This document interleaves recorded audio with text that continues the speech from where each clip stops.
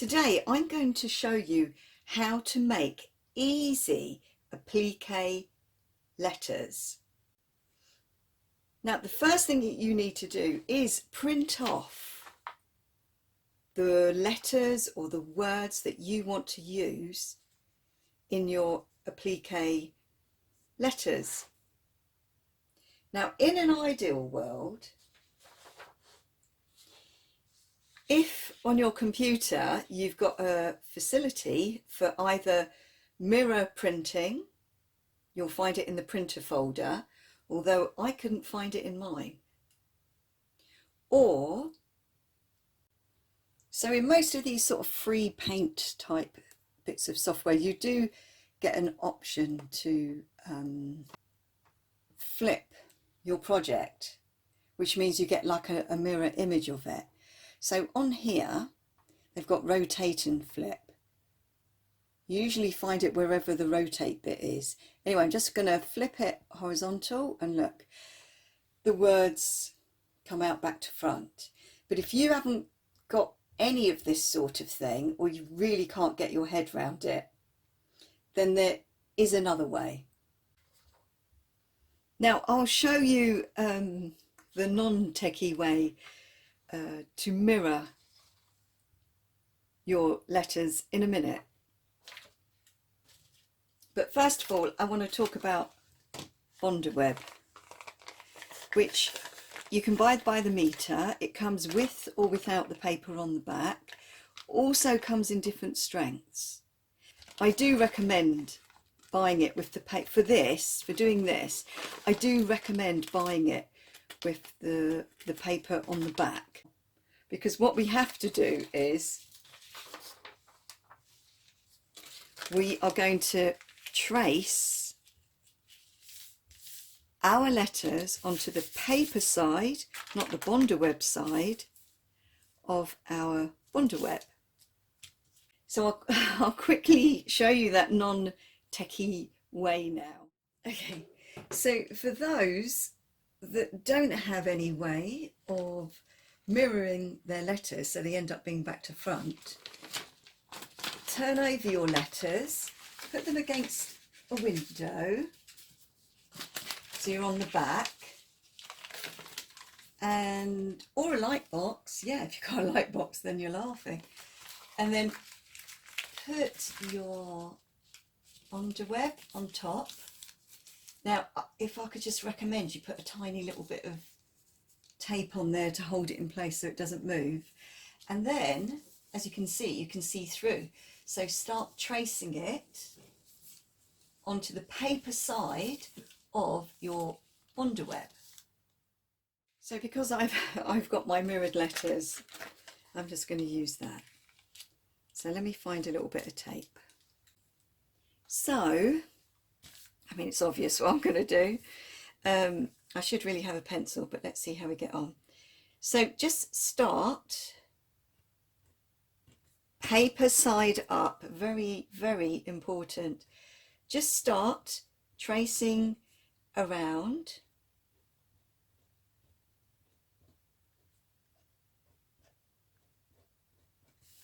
your letters or shapes or whatever it is that you're going to be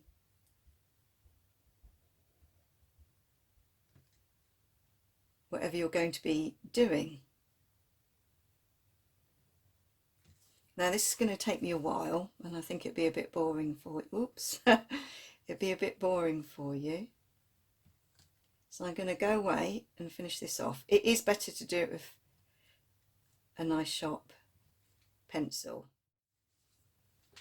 So once you've done that, when you're happy with it, you can release it. Oops, from the original. Now really you don't want to use,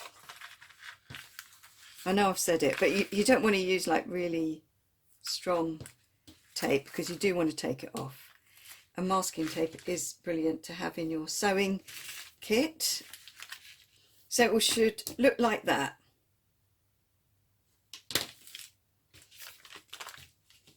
And then you can see it's going to be the right way round.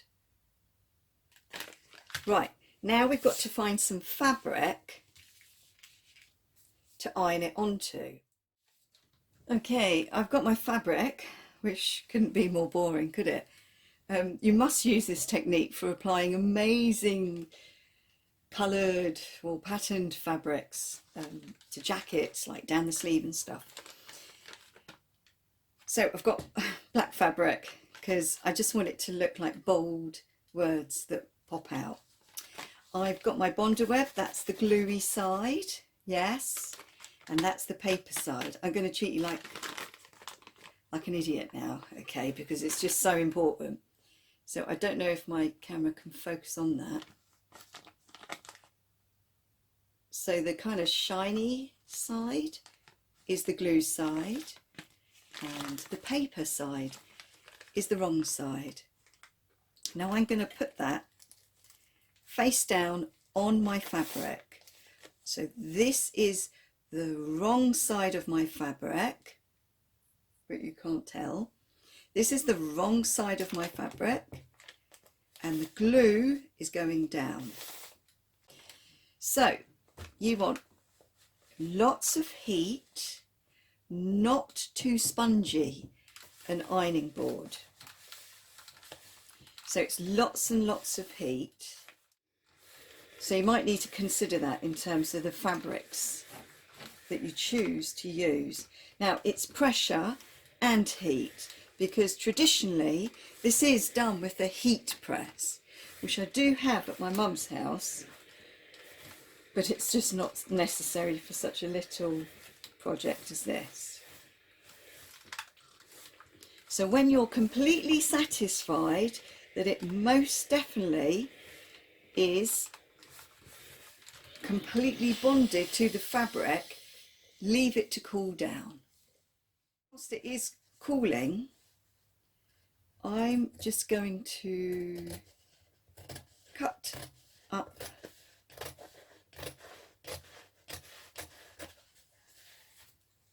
my letters into manageable strips.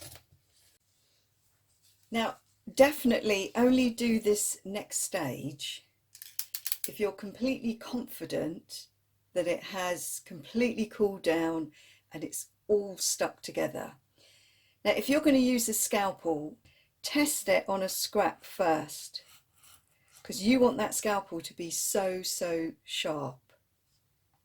Now I'll do one letter with the scalpel, but you know, for years and years I've done it with a pair of scissors. So let's just cut down this R. Now please be careful of your fingers. So I'm doing the R because I'm hoping it will be easy. So I'll do the straight bits first. My scalpel is very sharp, and you will keep needing to break off the blades, because we're cutting through not just the paper but the fabric. So you'll see it also doesn't really matter. I'm just going to cut away that A.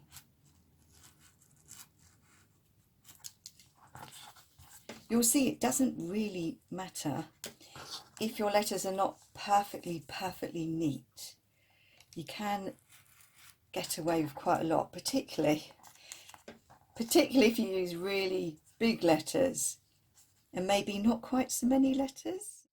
Now if I'm really honest, I prefer to do it with scissors, but you try both, maybe experiment a little bit.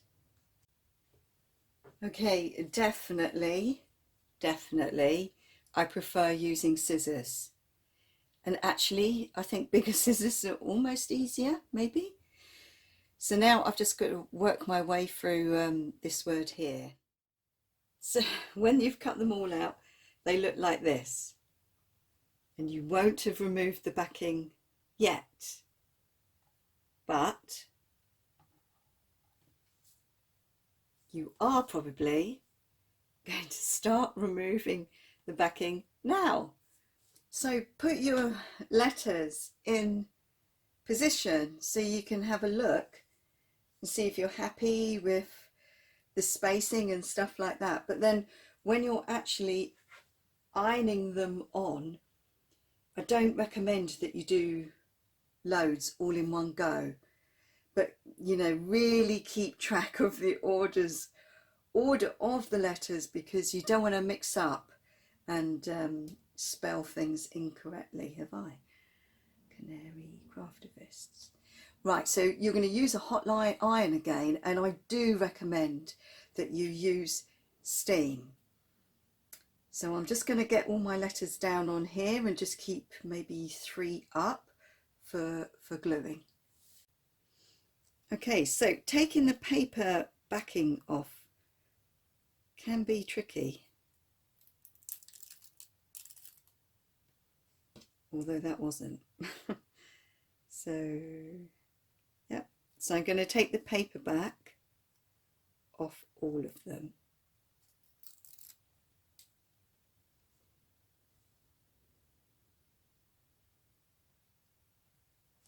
So look, I've stored all my other letters down here at the bottom, hopefully you can see that, so that I keep them in the order. I know I've already said that, but I thought I should emphasize it.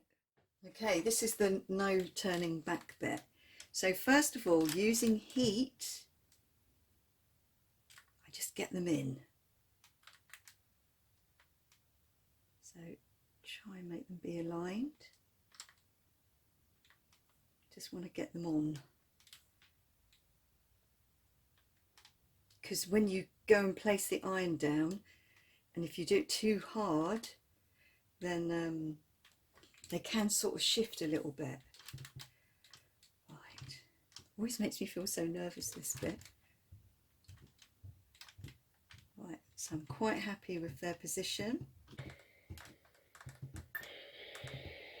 Now if you do have delicate fabric, you know, obviously put a cloth on top, but unfortunately the idea of this, particularly if you're not sewing, actually, if you're not going to sew it on, because they can live for quite a long time if you've got the really good Bondawebby stuff, they can live for quite a long time without actually being sewn on, but I'll talk about that at the end.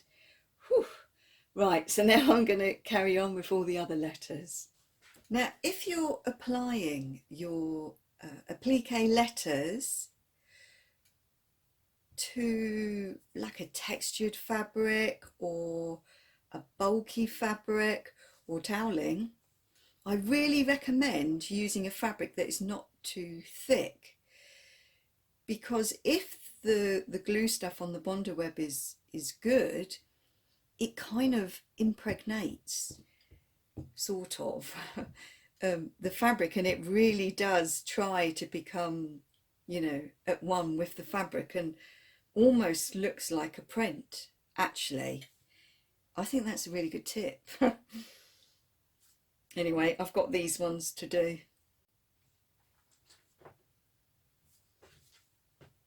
So there we go. Now, once you've got to this stage, I'm sure that you will understand why it is that we iron on the Bondaweb to the fabric before cutting out the shapes. And just in case you don't know why, it's because the glue absolutely goes right up to the edge. So there's no like loose kind of edges of fabric. Also, it helps stop the fabric from fraying because it's all glued down, not just a little bit near the edge but not quite up to the edge. But I would still recommend using fabric that doesn't fray too much. Now, if you were doing this, you will zigzag the edges or sew a little bit away from the edge.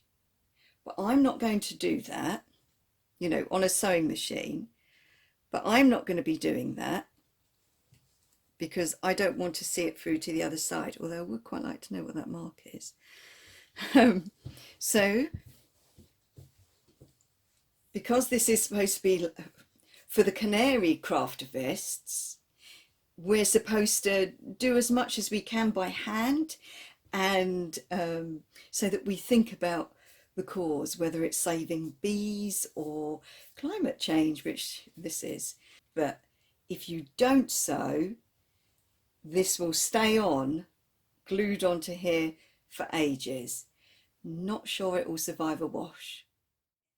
How it just peeps out. So if you want to know more about this CanaryCraftivist stuff, just go and watch our video about it. I'll put the link below. Thank you so much for watching. See you again very soon. Bye.